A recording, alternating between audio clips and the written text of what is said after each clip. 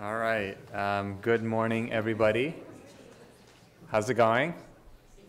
Good? All right. Well, hopefully you guys had fun yesterday, learned some new things, met some new people, and are back here fresh and ready to engage and participate. I see a few new faces here, and I'm sure all of you who've come today will make sure that today is as successful as yesterday was.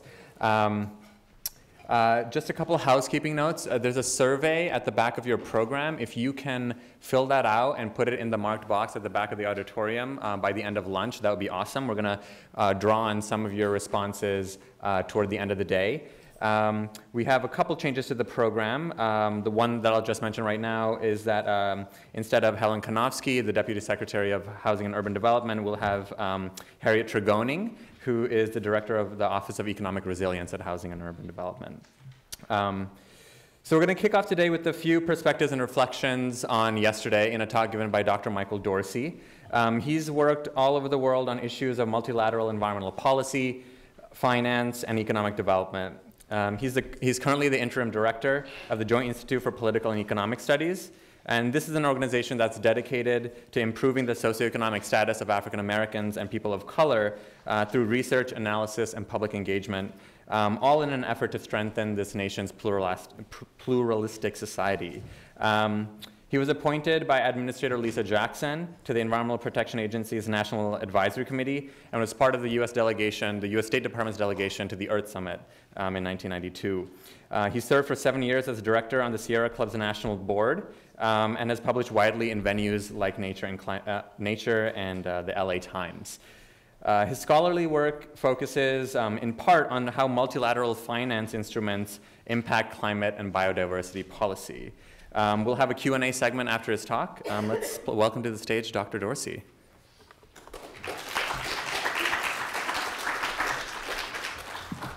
Got some water here.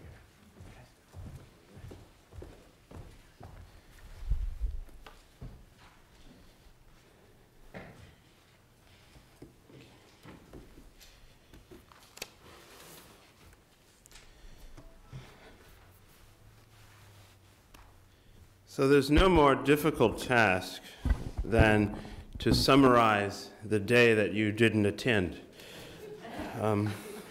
But letting the organizers know that I wasn't able to make yesterday, they did me the great honor of sharing me a litany of august and robust notes, which I had the privilege to review on the train ride down.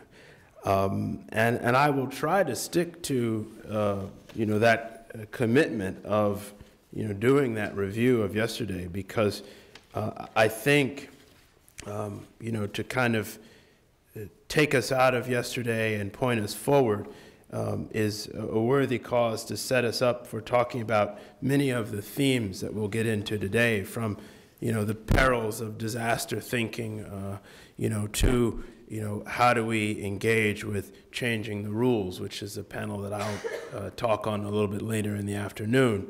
I think one of the things that we can say is that, at least what I got out of the notes, is that there really, with the whole issue of resilience, is the underlying issue of change.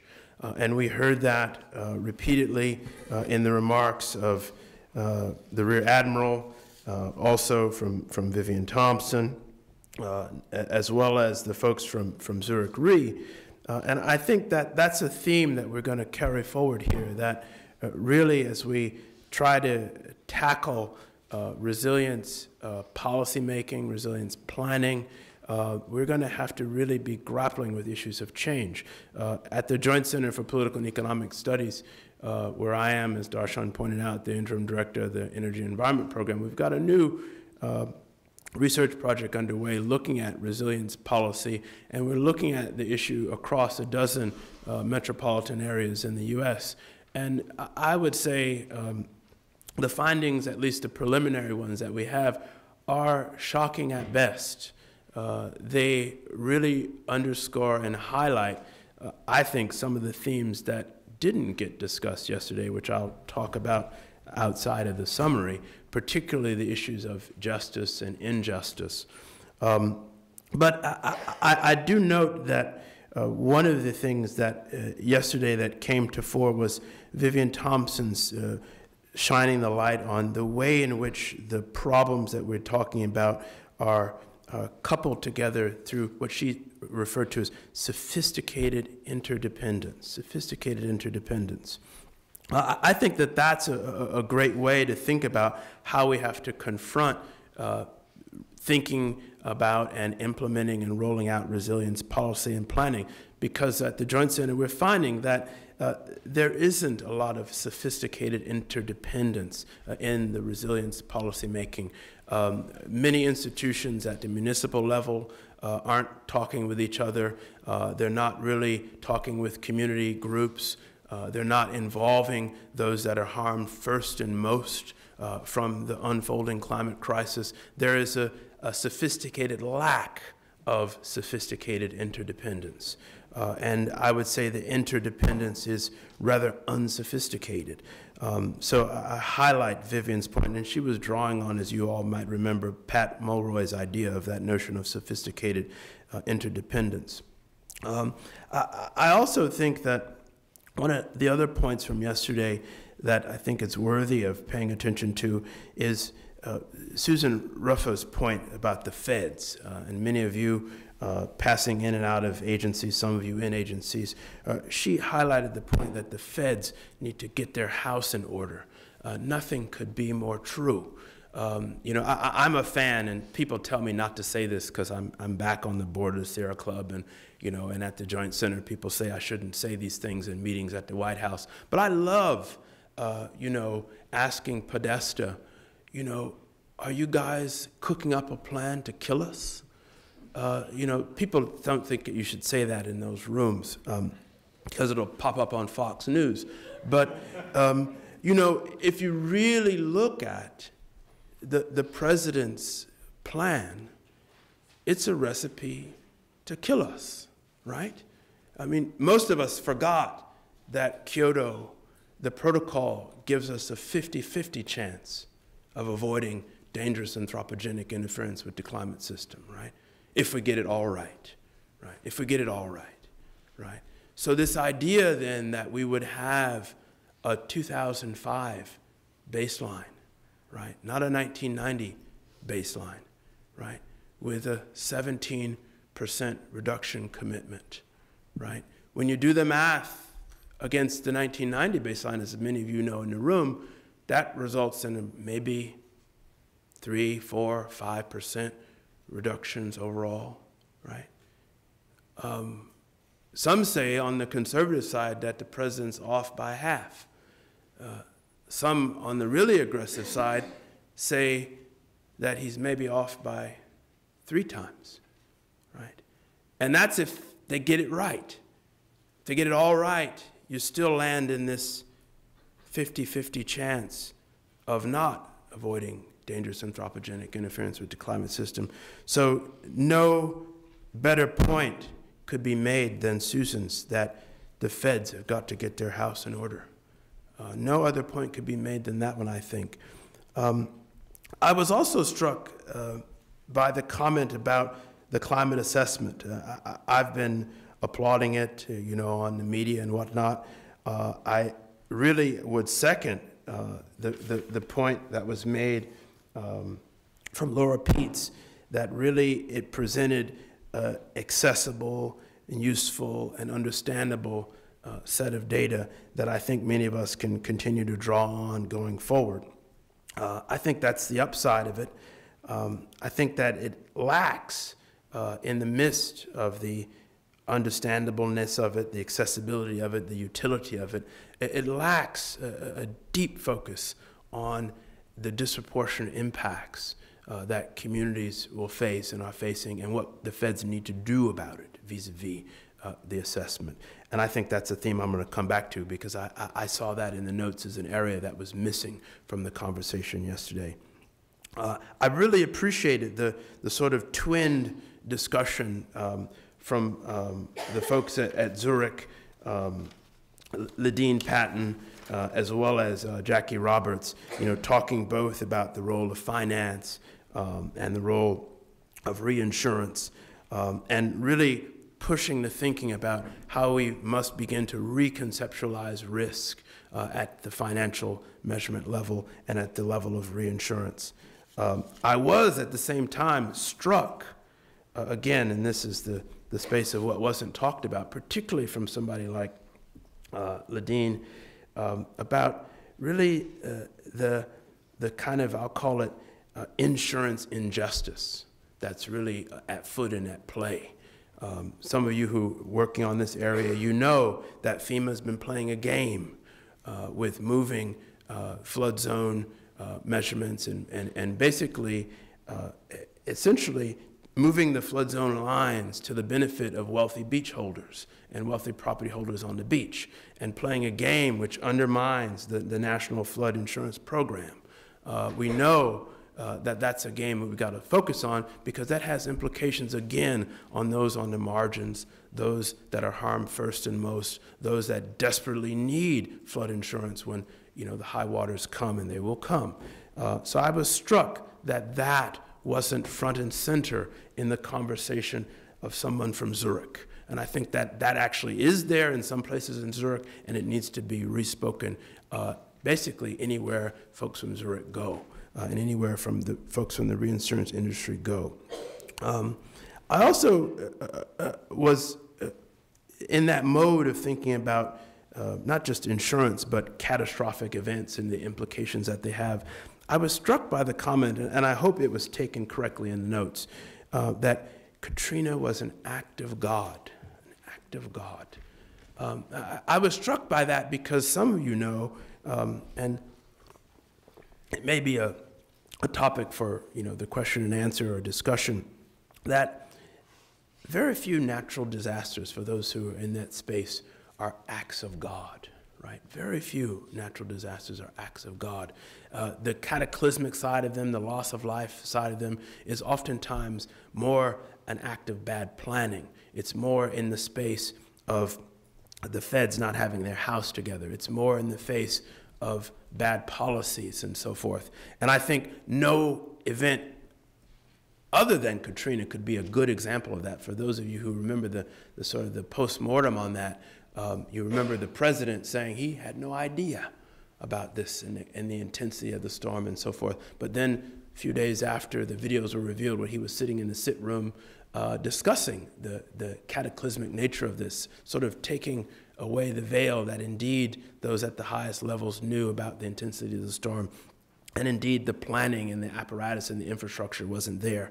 So I think we need to sort of keep that in mind, particularly as we will begin to see new intense weather events, new storms driven by the unfolding climate crisis, that these things aren't acts of God. They're the result of the lack of planning, the lack of strategy, the lack of good policy, and so forth. I was also intrigued by the idea about Rio Tinto and its sort of looking forward vis-a-vis mining. I thought it was curious because, and this is in the space of something that wasn't really discussed, I think we now are clearly in the extractives area, mining, oil, etc., living in a land of extremes, right? Living in a land of extremes. The idea that we would go to, thousands of miles under the sea, or thousands of feet under the sea, the idea that we would go out into tar sands, the idea that we would go to the far reaches of the Arctic. I think they may not shine a light on the problems of Rio Tinto, but I think they shine a light on really the problems of, I like to call it persistent corporate sociopathy, and the problems which corporations operating in the 20th century really fail to grasp 21st century business and policy making ideas. And lastly, in the context of yesterday, I want to highlight Mike Gerard's comments because they twin and dovetail with Susan Rufo's comments about the feds needing to get their house in order. He highlighted for you that he was echoing, I think, on some level, the comments about finance and insurance by talking about the unevenness of the Securities and Exchange Commission in terms of forcing disclosures around climate change and so forth. And I think that that is something to highlight, in part because I think that's the sort of the future sort of domain that we need to think about in terms of rethinking and recalibrating risk and recalibrating how we measure the burdens that firms are carrying vis-a-vis climate change and so forth. But that said, that sort of summary, as it were, I think it's important, and I was struck, again, not to belabor it, by the lack of a comprehensive conversation, with the exception of what Jalone White had mentioned coming from WEAC, about environmental injustice and injustice, and the lack of a real conversation about how do we rethink and integrate justice into climate policymaking. It's absolutely not there at the big levels, and it actually has to be there, because really I'll submit to you that this problem of the unfolding climate crisis is fundamentally one about justice and injustice, and it means really that we have to think about how do we move resources to those that are going to be harmed first and most and unevenly. And if we don't think about that, then I think we will simply move new problems onto those that are already least contributing to the problem of unfolding climate change and most harmed if we don't think about how do we do justice. Jalone was really amazing in highlighting the point that the cornerstone solution that you hear, I find it sort of shocking actually, but that you hear repeated and regurgitated time and time again, especially in this country, of using the marketplace, using carbon trading after a decade of absolute failure in Europe, absolute failure of the market in Europe. Doesn't work, hasn't worked, didn't work. Hasn't worked, doesn't work, didn't work. That key mechanism gets regurgitated, and I'll offer to you that that key mechanism is a driver of injustice. It's a driver of injustice. We can have a larger conversation about that. And I think that that codes to the need to have a conversation that wasn't there yesterday, I saw, and that I didn't see in the notes, about the role of firms and markets in providing bad solution sets, right? That wasn't there yesterday. We have to have that conversation, particularly if the key mechanism of using the marketplace drives injustice. We have to have that conversation, especially at the level of science and policymakers and those of you in the room.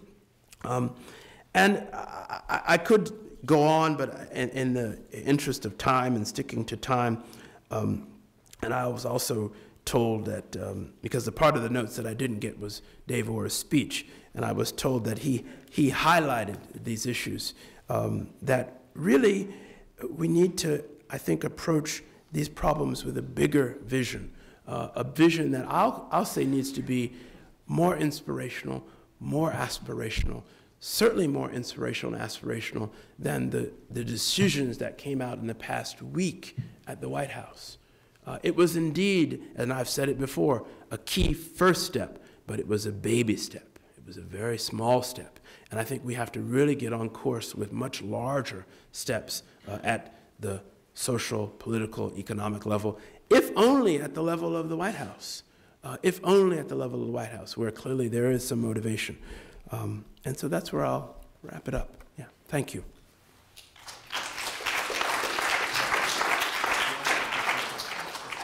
Sure, yeah. We have time, about 10 minutes or so for questions, so please approach the mic.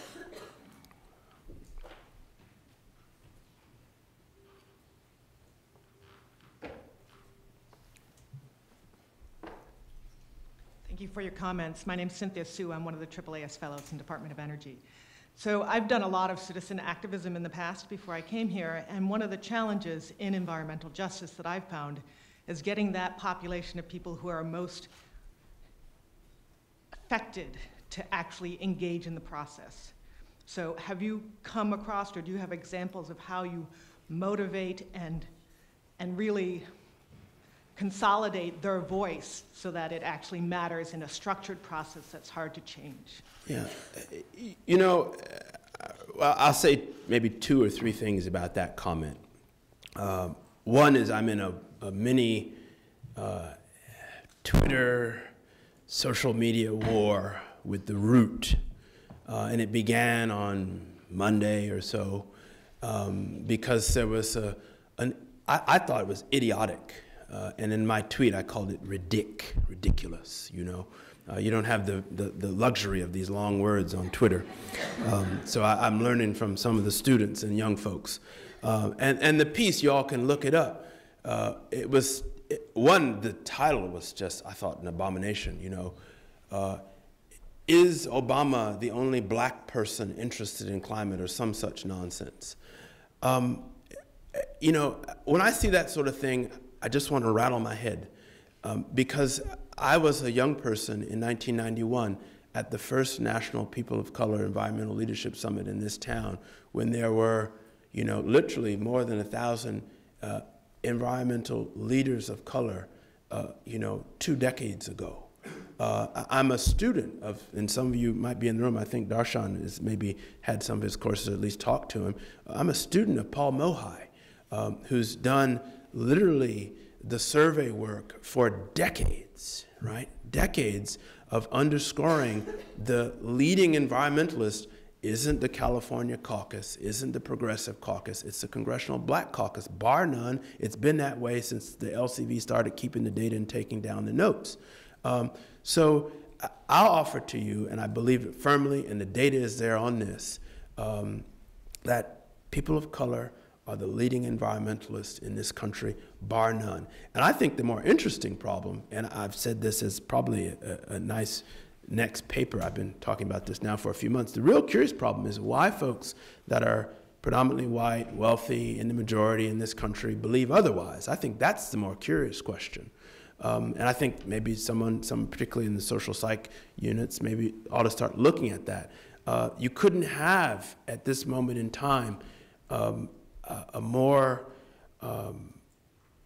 organized and engaged constituency than those that are being harmed first and most. Now, all that said, I think at the same time, the issues of power, inaccess to resources, lack of key positions, despite my little meager role of sitting on the Sierra Club board, you know, it's a perennial problem, and it undermines the policy making. It undermines getting policies that are justice-oriented and deliver on justice. So I think that it's still a problem, but I disagree strongly and vehemently with the idea that folks on the margins aren't concerned about the problem, don't have a legacy, a long legacy of being engaged on the issues, and will continue to have that legacy. We don't always hear about it on the New York Times, and if you read The Root, which is the Washington Post, is sort of, you know, thing for audiences of color, you would believe otherwise, right? You know, that you wonder, well, Obama, he's the only black person interested in climate. You know, it's shocking that even is the headline. So I would sort of disagree on some of it, but I would say that there's an issue around access and resources. And that creates a sort of a larger problem because it drives persistent environmental racism, right? It drives the problem of the siting and locating of hazardous and toxic waste facilities in communities of color. It drives what will be injustice in climate policy making. It's certainly there, and we're seeing it as we gather this data, working with the folks at Texas Health Institute of these dozen metropolises. It's really embedded in resilience policymaking. Many communities aren't invited to the table, even though, you know, they're there in the different, you know, cities. So I don't know, does that answer? Yes, thank you. Yeah. We have time for maybe one more quick question.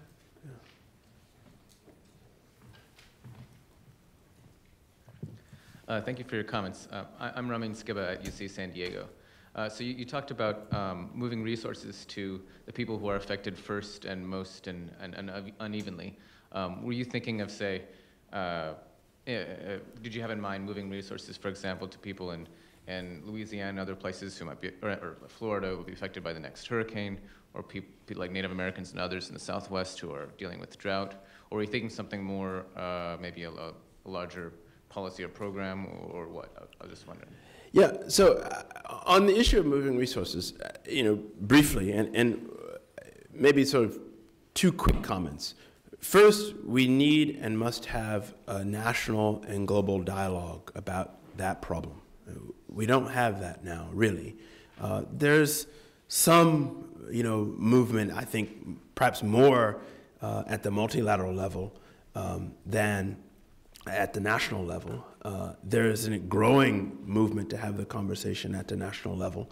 And I think really it cuts across all, sort of spaces and places. And in fairness, the old dead Waxman Markey had buried in it in the back pages, a commitment to basically move money to those individuals on the margins that would see their electricity, energy bills rise, right? Because we know that, some of the policy solutions that we're putting into dealing with this unfolding crisis, they drive injustice. So buried in Waxman Markey was a commitment to move resources, cash, to those people that see their bills go up, their energy bills.